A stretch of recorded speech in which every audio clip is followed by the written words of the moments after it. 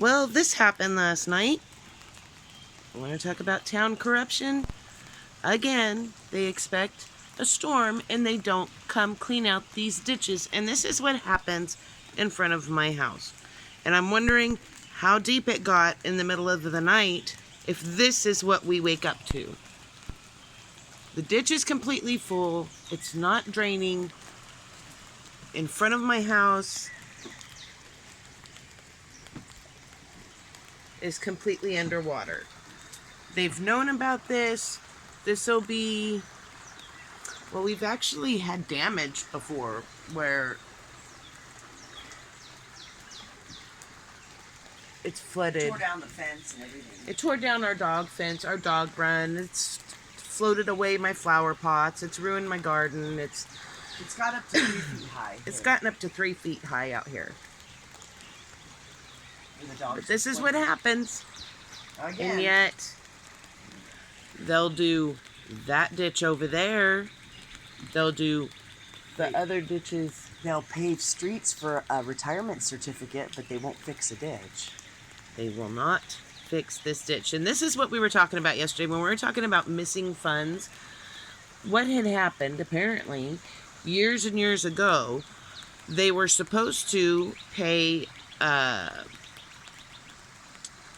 I don't know what you call those guys, surveyors? I don't even know what they call them. Yeah, they bring machinery those, out and survey the depth of the yeah, they were machine. supposed to have this all down to a science. They even bought the machine, apparently, and never did it. And bought the machine, but then they used the funds for other things, and they've lied, said they did something when they didn't. They've said they fixed it, or... Wasn't that the story? That's what we were, we didn't get that from an official town person. We got that as just people who have lived here for a long time. No, but this isn't the first time. So how many floods does that make this year alone? Like, this is number 4. Since January? No, the whole season right now. Or, yeah, we've had... Yeah, it's flooded at least 4 times or so. We've had our dogs swimming out there. We realized how deep it was. Last night we woke up to a really loud crack of thunder and went, oh shit, the dogs, and we went and let them in. So, good thing, because Aberdeen, Mississippi sucks. Doesn't do its job. It doesn't. They expect this rain. They expect this flood. And this is the lowest part of town, and I don't understand why they don't come clean out my ditches. Look at the grass. I'm not getting down in that ditch. No. That's not my property. I know that. I'm not getting down in that ditch, and I'm not weed eating and dealing with the snakes, because there are snakes down in there. I'm not getting down in there. It's not my job. They are supposed to do that. We already take care of this front part of the property that belongs to the town. So...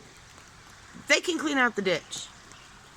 What were you saying to say? Oh, look at how much water is there in the grass. Oh, yeah. It had to have gotten up pretty high for the whole yard there to be. The one year when it had the one time when it had all the damage to the dog run and everything that we had to fix ourselves, that wishing well right there you see was covered. Up over the top. It was over the top. And let me tell you something. In the middle of the night, once the storm passed, we were standing on this balcony right here. The street was flooded all the way here there, where you can see. And this fire truck rolls up down this street, stops at the floodwater, they lean their heads out the window, they don't say anything, they back up. They just sat there. They just sat there for a minute. Well, now that we've gone down to the town meetings and stuff, they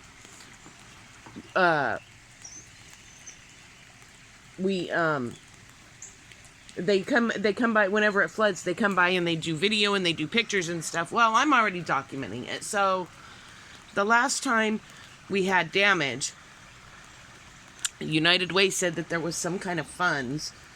There was X amount of people whose houses had been affected. and ours was one of them. And they were gonna. There was some kind of, well, not funds, but they had. They had a building company who they were going to cover the cost of rebuilding the whole entire dog run out there, the building for the dogs. And they had the supplies, but they couldn't find. They said they called town, and they got volunteers for all the other houses around town that needed help, but nobody wants to come over and touch our house.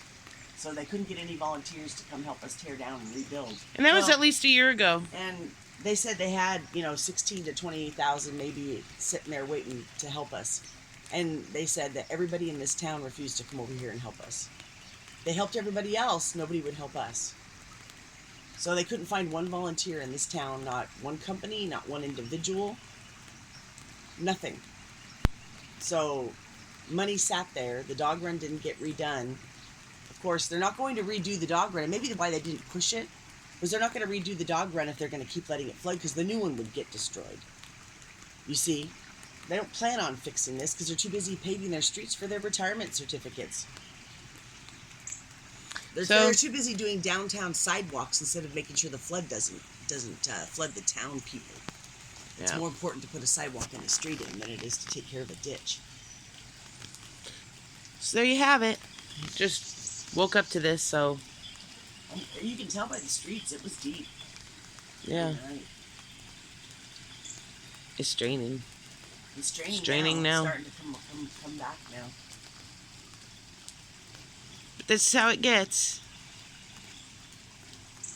And a lot of these houses don't have driveways. And people park on the street because there's no driveways, and your car gets flooded. Our car got flooded.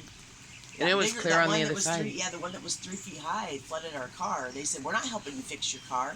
Well, it's their flood damage. They should be paying for the shampooing of the carpets. Yeah, it wasn't attached to the house, so. Yeah, it came off the street and into our driveway that comes up against the house. And they weren't going to cover the cost of shampooing carpets and steam cleaning them and whatever else in the car. And if there was any engine problem from it, they won't cover anything. But just when y'all sit here and say, why don't we go up to people's doors and talk? You got to understand that this town has acted like, whether they do or not, they've acted like they hate us, basically. That everybody else can get volunteers to do their work when there's funds sitting there from Home Depot. They had an open PO to fix our dog run room. They didn't bother. These are the same people that I use all this land we have to grow a huge garden. And these people that walk by, I give them bags of vegetables. I've had people, they know that if they're hungry, they can come here. They stand at the fence and they stand at their fence. And so, we're, not saying that. But I can't find any volunteers. We don't give away food for anybody to owe us, and we give it when we don't had want anybody to be hungry. But we didn't get. When we fixed that dog run ourselves, 2 women out here with limited tools and stuff, we actually had to pay somebody to hold us. Well, we had to unearth the fence out of the mud, and we couldn't get the fence out of the mud. And we're 2 women. He wouldn't do it for free or anything. We had to pay him. I think it was like $13. Yeah, for him all we had to help us pull the fence out of the mud. So, like I said, we don't feed anybody to get anything. We get it. We feed them because we don't want them being hungry. But gosh, we've been doing this for years now, and then we couldn't get any help. Even it just doesn't seem right. That's all. I went down to the local probation office and said, I know all about recovery from drugs and alcohol, and I know you need service commitments to stay sober.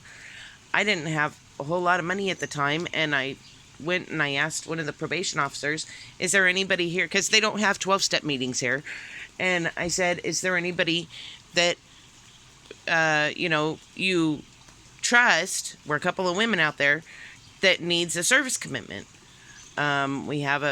And they had no idea what I was talking about. And I'm like, this is why drugs are rampant in your town, because you don't even know what a service commitment is. It's part of the 12 steps. Where people do things and not get something out of return. Keeps you sober. No, one of the POs said, well, how much are you going to pay them? I'm like, I'm not going to pay them anything. Do you know what a service commitment is? I'm like, They don't know how to run things here. so anyway, that's it. The water the streets down.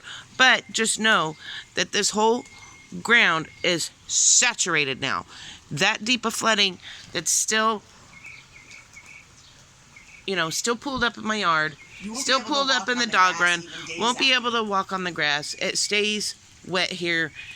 And if it rains, like it's expected to do all day today, it's expected all day tomorrow, we're going to flood again. So, great job, Aberdeen. You're responsible.